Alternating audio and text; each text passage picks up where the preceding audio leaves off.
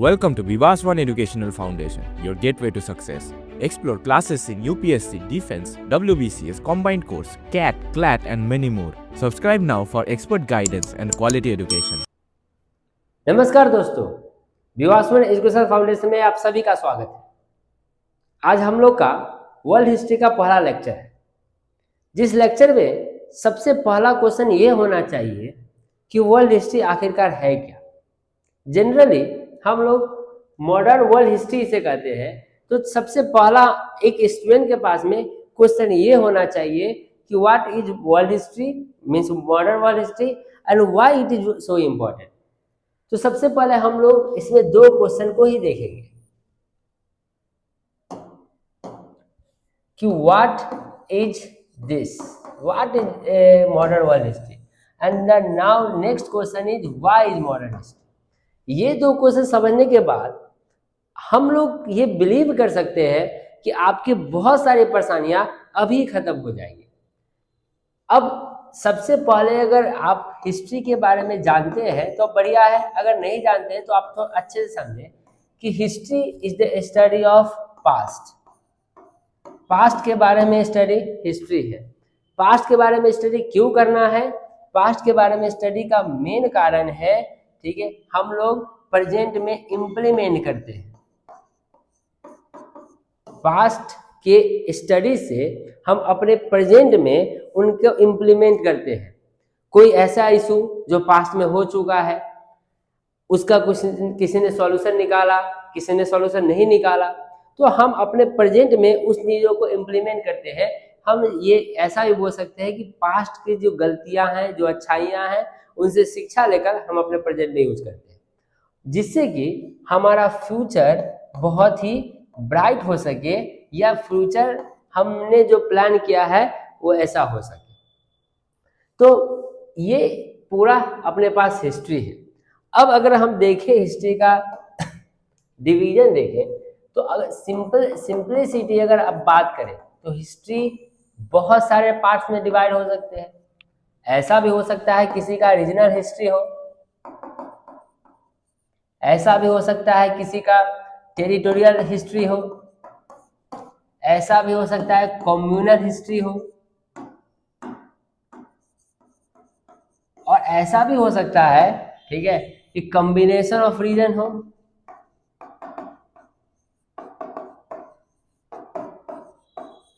Regions की history हो। तो अगर हम देखें इन चीजों को तो यहाँ बहुत सारे टाइप के हिस्ट्री मिलेंगे। इंडिविजुअल हिस्ट्री भी है अपने पास। तो कैसे इसको पढ़ा जाए? अब अपने पास जो सबसे बड़ा प्रॉब्लम आता है इसे पढ़ने में कि किस तरह से हम हिस्ट्री को डील करें और कैसे हमारे जिंदगी में इसका यूज हो जाएगा। तो जनरली हमारे सिलेबस के अंदर में हम लोगों ने दो तरह से हिस्ट्री को पढ़ना शुरू किया। एक जो किसी कंट्री विशेष के लिए इंपॉर्टेंट है, तो वहां का जो कंट्री लेवल हिस्ट्री, या कंट्री बेस्ड कहना ज्यादा बेहतर होगा, कंट्री बेस्ड हिस्ट्री, जैसे इंडिया के लिए इंडियन हिस्ट्री,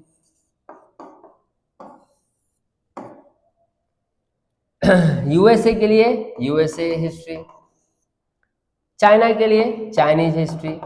जब जैसे जैसे जो जो कंटिनेंट बदलेंगे, जो जो कंट्री बदलेंगे, उन्होंने अपना हिस्ट्री पढ़ना शुरू किया, हम लोगों ने अपना हिस्ट्री शुरू किया। लेकिन एक और हिस्ट्री होगा, दैट इज वर्ल्ड हिस्ट्री। अब वर्ल्ड हिस्ट्री में क्या आएगी?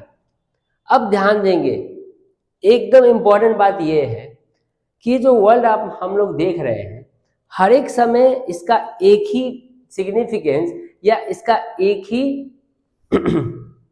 स्ट्रक्चर नहीं रहा है। कभी कनेक्टिविटी ज़्यादा हुई है, कभी कनेक्टिविटी कम हुई है, कभी हम लोगों ने ज़्यादा ग्लोबलाइज के बारे में बात किया है, कभी हम लोग कम ग्लोबलाइज हुए हैं, कभी हम लोग आइसोलेट भी हुए हैं। तो अगर हम वर्ल्ड हिस्ट्री को ध्यान से देखें तो इसको जनरली दो भाग में पढ़ा जाता है, या इसको जनरली दो तरह से पढ़ा जा सकता है। एक, हम अपने वर्ल्ड को जानने के लिए पढ़ सकते हैं, वर्ल्ड रिकॉग्नाइज। हम वर्ल्ड को जानने के लिए कर सकते हैं कि हमारा पड़ोसी क्या कर रहा है, हमारे दूर में जो कंट्री बैठे हैं वो क्या कर रहे हैं, हमारे आसपास के कंट्री क्या कर रहे हैं, और भी क्या क्या कर सकते हैं, किस नियम को पालन करते हैं, क्या रिचुअल्स है, क्या पॉलिटी है, क्या इकोनॉमी है, एक। और दूसरा कि हम वर्ल्ड के कुछ इवेंट्स को पढ़ते हैं जिसने पूरे वर्ल्ड के सिस्टम को चेंज किया।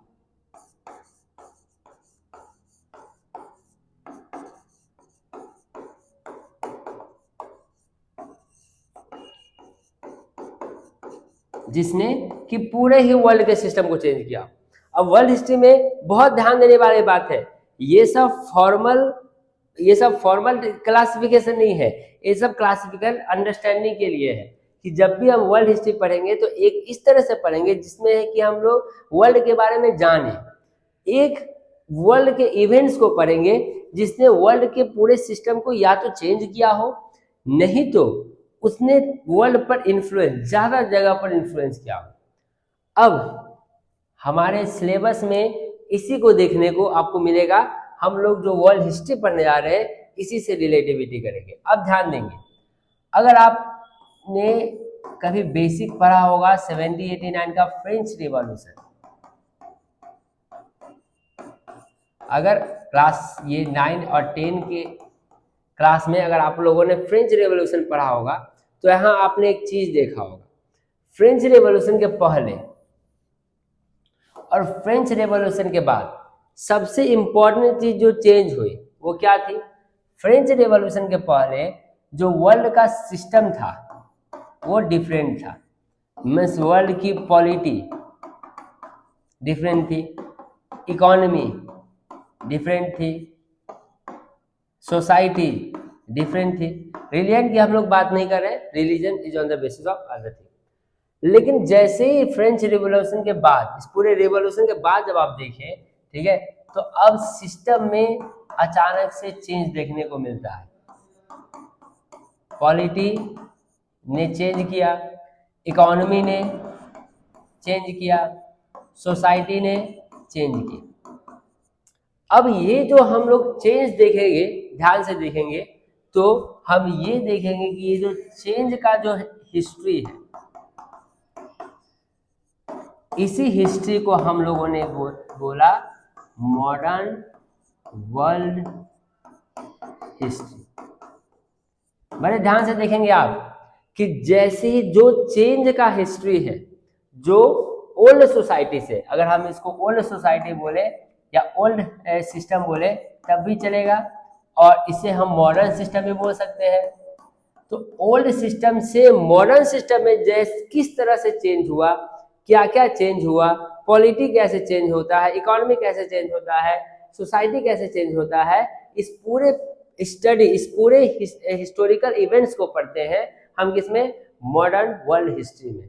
तो in modern world history you will study about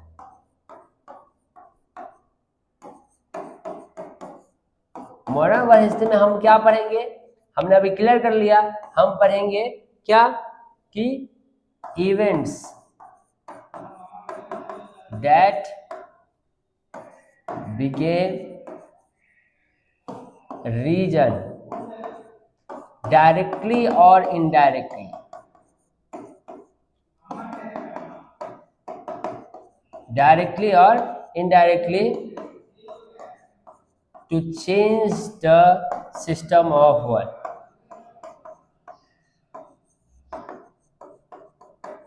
Directly or indirectly to change the system of world. ये हम पढ़ेंगे अपने मॉडर्न वर्ल्ड हिस्ट्री में। अब इस पूरे कहानी की शुरुआत, हालांकि इस कहानी की शुरुआत और भी पहले होती है, but on the basis of our syllabus इस पूरे कहानी की शुरुआत होती है 1453 से। 1453 में एक बहुत बड़ा इवेंट्स होता है, एक बहुत बड़ा इवेंट होता है। कॉन्स्टेंटिनोपल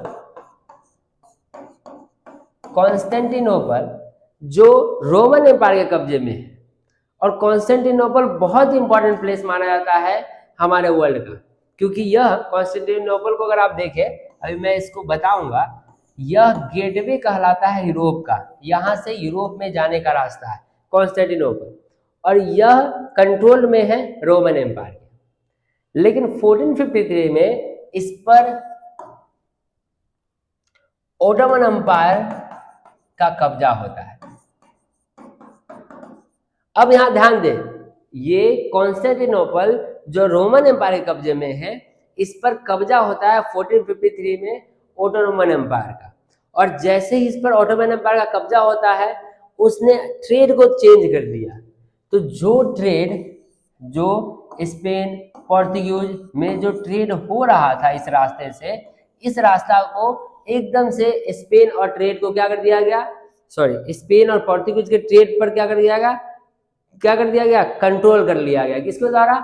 ऑटोनोमन एम्पायर के द्वारा, जो एक इस्लामिक एम्पायर है। अब इसके कारण इनके पास दो रास्ते थे, या तो ये इनसे वार करते, या तो ये इन्हें कोई अलग रूट बनाना था, क्योंकि अपने पास जो रूट है, मैं इसे डिटेल्स में पढ़ाऊंगा, बस मैं यहां से स्टार्ट चीजों को करूंगा, याद रखें। जो अपने पास रूट है, सिल्क रूट, जहां से ज्यादातर ट्रेड होता है, और सेंट्रल ऑटोमन एम्पायर का यहाँ कब्जा है। अब जैसे ऑटोमन एम्पायर का कब्जा है, स्पेन और पोर्तुगीज जैसे कंट्री जो डायरेक्टली डिपेंडेंट है अपने लेवलीहुड के लिए, कहाँ? ट्रेड पर, ईस्ट के ट्रेड से, उनका काम बंद हो गया। तब शुरू होता है रेनेसांस इन यूरोप। यूरोप में रेनेसांस का मतलब कि अब यहाँ पर जियोग्राफिकल डिस्कवरी शुरू होगी, और जियोग्राफिकल डिस्कवरी में हम लोग क्या करेंगे, देखेंगे कि discovery of India, discovery of Africa, Cape of Good Hope, हम लोग ये देखेंगे कि यहाँ से डिस्कवरी चालू होंगी, ठीक है, और यहाँ नए रूट की शुरुआत भी होगी, जो ट्रेड के लिए इंपॉर्टेंट रूट साबित होगी। इसीलिए हम लोग अपने कहानी की शुरुआत अपने मॉडर्न वर्ल्ड हिस्ट्री में 1453 के साथ करेंगे। हालांकि कहानी इससे भी पहले की है, लेकिन हम लोग अपने शुरुआत को कहां से करेंगे? 1453 में। तो अपने हमारे नेक्स्ट लेक्चर में जो कहानी की शुरुआत होगी 1453, यहां से शुरुआत होगी जब कॉन्स्टेंटिनोपल पर कब्जा किया गया ओटोमन एम्पायर के द्वारा, जिसने पूरे ट्रेड रूट को क्या कर दिया? चेंज किया, न्यू डिस्कवरीज के लिए जगह बनाई, और यहीं से शुरुआत हुई वर्ल्ड के ट्रेड का चेंज होना। और जैसे ही वर्ल्ड का ट्रेड चेंज होगा, वर्ल्ड का सिस्टम चेंज होगा, वर्ल्ड का इकोनॉमिक चेंज होगा। तो ऐसे ही आप वीडियोज को देखने के लिए विवासवन के चैनल पर जाए, और वहां पर बहुत सारे सीरीज हम लोगों ने लॉन्च किया है, आप उन्हें जरूर देखें, और साथ साथ कुछ कमेंट भी करें। जिस भी प्रकार का डाउट हो आप जरूर कमेंट करें, क्योंकि क्लासेज में पॉसिबल नहीं है हर एक बात को समझाना। So we want to connect you each and everything, but हम लोग का एक लिमिटेशन है, जहां पर हम लोग क्या कर सकते हैं, एक लिमिट में चीजों को रख सकते हैं। आप लोग घर में सेल्फ स्टडी जरूर करें, और इस आशा के साथ कि यह जो लेक्चर है आपके लिए बहुत ज़्यादा इंपॉर्टेंट प्रूफ होगा आपके एग्जामिनेशन में, आपके करंट अफेयर्स तैयार करने में, आपके करंट इश्यूज को देखने में। इस आशा के साथ हम लोग इस सीरीज को बना रहे हैं, आप भी इस सीरीज को क्या करें, अच्छे से देखें। तब तक के लिए जय हिंद, जय Bharat. Thank you for learning with Vivas One Educational Foundation. For contents like this, follow us on Facebook and Instagram today.